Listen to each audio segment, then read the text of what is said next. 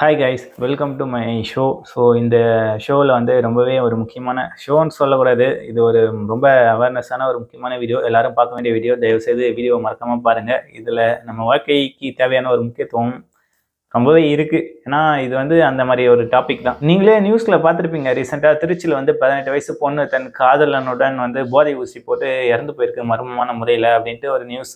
அது வந்து ஒரு ப்ரைவேட் லாட்ஜில். ஸோ அந்த மாதிரி ஒரு நியூஸ் கேட்குறதுக்கு வந்து, அதுவும் முக்கியமாக இப்போ டிவிக்கு ஆட்சியில் இருக்கும்போது இந்த ஒரு மாதத்தில், கடந்த ஒரு மாதம் உங்களுக்கே தெரியும் எவ்வளோ இஷ்யூ கிரியேட் பண்ணிட்டு இருக்காங்க.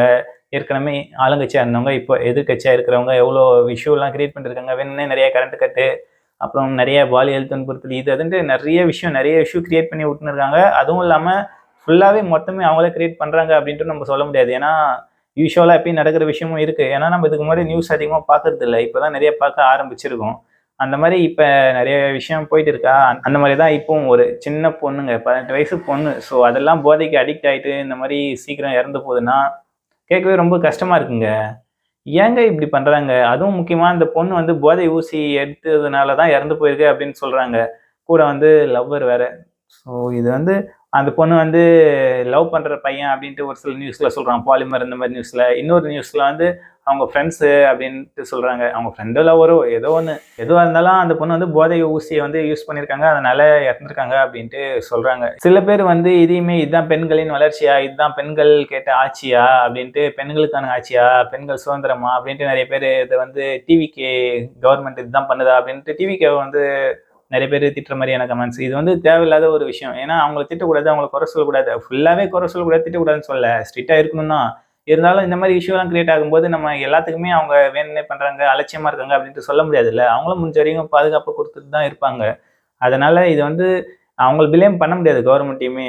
நம்ம கூட இருக்கிற பொண்ணு நம்மளால், அதாவது நம்மள மாதிரி இருக்கிற ஒரு பொண்ணு இந்த மாதிரி ஆயிருக்குன்னா, போதை யூஸ் பண்ணதுனால ஆயிருக்குன்னா, நம்ம போதையெல்லாம் யூஸ் பண்ணக்கூடாது. அது ரொம்ப தப்பு. அந்த பொண்ணு யூஸ் பண்ணது ரொம்ப தப்பான ஒரு செயல். அதுவும் இல்லாமல் கூட பாய் ஃப்ரெண்டு, ஸோ அவங்க வேற யாரா இருந்தாங்களா என்ன அப்படின்றது தெரியாது. முக்கியமாக நம்ம யாராக இருந்தாலுமே யூஸ் பண்ணக்கூடாதுங்க. நம்ம கவர்மெண்ட்டில் அப்ரூவ் கொடுக்குற அந்த சிகரெட்டு, இந்த தண்ணி, சாராயம், இந்த மாதிரி சரக்கு, இந்த மாதிரி விஷயங்கள் எல்லாமே நம்ம யூஸ் பண்ணக்கூடாது. யூஸ் பண்ணால் நம்ம உடம்புக்கு ரொம்ப அன்ஹெல்த் அப்படின்ற மாதிரிலாம் நிறைய சொல்லிட்டு இருக்கோம். அதெல்லாம் யூஸ் பண்ணக்கூடாதுன்ட்டு. அதுவே நம்ம யூஸ் பண்ணக்கூடாதுன்றோம். இவங்க வந்து தடை பண்ணி வச்சிருந்த போதையெல்லாம் யூஸ் பண்ணுறாங்க. இவங்களுக்கு எங்கே கிடைக்குதுன்னு தெரியலங்க. அதுவும் ஹைலைட் என்னன்னா, இந்த பொண்ணு இறந்துருக்குல்ல, அந்த பொண்ணுடைய அம்மாவே போதையை விற்கிறவங்களாம்.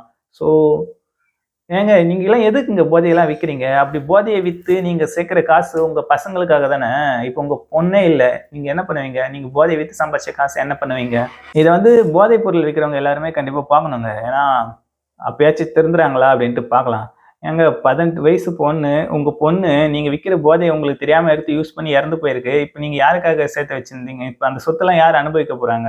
நீங்கள் மட்டும் உயிரோடு இருக்கிற வரைக்கும் அனுபவிச்சுட்டு போக வேண்டியதான், அவ்வளோதான். தயவுசெய்து இந்த மாதிரி யாரும் விற்காதீங்க. ஏன்னா நீங்கள் மற்றவங்க விற்று வாங்கி சாப்பிட்றவனுங்க, அவனுங்க எப்படின்னா சாப்பிட்டு இறந்து போட்டோம்பா, நமக்கு நம்ம பசங்களுக்கு சொத்து சேர்த்து வைக்கிறோன்ட்டு அந்த பசங்களே இருக்க மாட்டாங்க. அவங்களே இறந்துடுவாங்க நீங்கள் சேர்த்து வைக்கிற நேரத்துக்கு. ஸோ அதனால் எல்லாருமே ஹெல்த்தான சாப்பாடாக சாப்பிடுங்க, ஹெல்த்தி லைஃபாக இருங்க. ஏற்கனவே நம்ம லைஃப் எல்லாமே அன்ஹெல்த்தியாக போயிட்டு இருக்குது. ஃபுட் எல்லாம் பாய்சன் ஆகிட்டு இருக்குது. சரியில்லை, நம்ம லைஃப் ஸ்டைலே சரியில்லை, ஒர்க் ஸ்டைலே சரியில்லை, எல்லாமே மாற்றணும். சரி மாற்ற தான் முடியல, என்ன பண்ணுறது, இதில் தான் வாழ்ந்தாகனாக்கா நம்ம ஓரளவுக்காச்சும் நம்ம ஹெல்த்தை பார்க்குற அளவுக்கான லைஃப் ஸ்டைலை தான் நம்ம மெயின்டைன் பண்ணணும். அதுவுமே பண்ணாமல் ஏற்கனவே நம்ம நம்ம இருக்கிற லைஃப் ஸ்டைல் பற்றி பார்த்தா 60-70 வயசுலேயே நமக்கு என்ன ஆகுமோ, என்ன நோய் வருமோ தெரியாது. ஏற்கனவே இப்போ 18-19 வயசுல ஹார்ட் அட்டாக் வருது. ஸோ அதுக்கு என்ன ரீசன்னு தெரியல. இந்த மாதிரியான விஷயம்லாம் போயிட்டு இருக்குங்க உலகத்தில். எல்லாம் பார்த்துக்குங்க தயவு செய்து. ஏதாவது பார்க்குறீங்களா என்ன தெரில நீங்கள்லாம். ஏன்னா எவ்வளோ பேருங்க சின்ன வயசுல ஹார்ட் அட்டாக் வருது, சின்ன வயசுலேயே கண்ட நோய் வருது, சிறுநீரக பிரச்சனை, கல்லீரல் பிரச்சனை, நுரையீரல் பிரச்சனை, இப்போ இதையும் சம்மந்தப்பட்ட பிரச்சனையும் நிறையா வருது. இந்த மாதிரியான பிளட்டு சம்மந்தப்பட்ட நோயெல்லாம் நிறைய வருது. அதுவும் இந்த கொரோனா வந்ததுக்கப்புறம் நிறைய உடம்பே சேஞ்ச் ஆயிடுச்சு. ஸோ தயவுசெய்து இந்த மாதிரி போதைப் பொருள்லாம் யாருமே யூஸ் பண்ணாதீங்க. போதைப் பொருளை விற்காதீங்க. போதைப் பொருள் விற்கிற உங்களுடைய பசங்களே இதனால கெட்டு போவாங்க. ஏன்னா அவங்களே யூஸ் பண்ணி பார்ப்பாங்க, அப்புறம் அடிக்ட் ஆகிடுவாங்க. நல்லா இருக்க முடியாது, நீங்களும் நல்லா இருக்க முடியாது, மற்றவங்களும் நல்லா இருக்க முடியாது. எதுக்கு இந்த தேவையில்லாத வேலை? ஸோ இதெல்லாம் பார்த்து நீங்கள் திருந்துவீங்கன்னு நம்புகிறேன். ஸோ அதை யூஸ் பண்ணுற நீங்களுமே அதை யூஸ் பண்ண மாட்டீங்கன்னு நம்புகிறேன். ஸோ இந்த வீடியோ பிடிச்சிருந்தா ஒரு லைக், ஒரு கமெண்ட், இல்லை உங்கள் ஃப்ரெண்ட்ஸுங்க யாருன்னா போதை பொருள் யூஸ் பண்ணாங்கன்னா ஷேர் பண்ணுங்கள். இந்த போதை யூஸ் பண்ணால் இதுதான்பா லிமிட்டு, இந்த போதை இந்த நல்லது இருக்குது. இப்போ பீர் குடித்தா உடம்பு ஃபேட் வரும். அது ஃபேட்னா ஒரு உடம்பு ஒல்லியா இருக்கிறவங்கலாம் பீர் அடிச்சா உடம்பு ஏறும்ன்றதுக்காக அடிக்கிறது. ஸோ அதெல்லாமே பண்ணாதீங்க.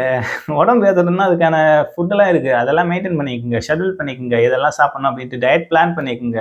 ஸோ அந்த மாதிரிலாம் ஈஸியா ஹெல்த்தியா ஏத்தலாம். உடம்பை ஹெல்த்தியா குறைக்கலாம். அத விட்டுட்டு தேவையில்லாம இந்த மாரி போதைப் பொருள யூஸ் பண்ணுவீங்க. அதுக்கு ஒரு ரீசன சொல்லுவீங்க. இந்த மாரி பாசிட்டிவா அதில நெகட்டிவ் 3/4 90%க்கு மேல உடம்பு கெட்டதா தான் இருக்கும். ஏதோ ஒரு 10% இந்த மாரி ஆக்டிவா இருக்கும்பா மைண்ட் இந்த மாரி எதனா ஒரு பாசிட்டிவ் இருக்கும். அத சொல்லிட்டு வந்துருவானுங்க.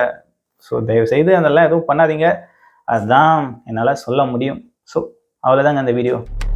மௌனம் உடைக்கும் சத்தம் இது, மறைக்கப்பட்ட கதையின் சாட்சி இது, விழிப்புணர்வு தீய ஏற்றும் நேரம் இது, உண்மை பேச வந்தோ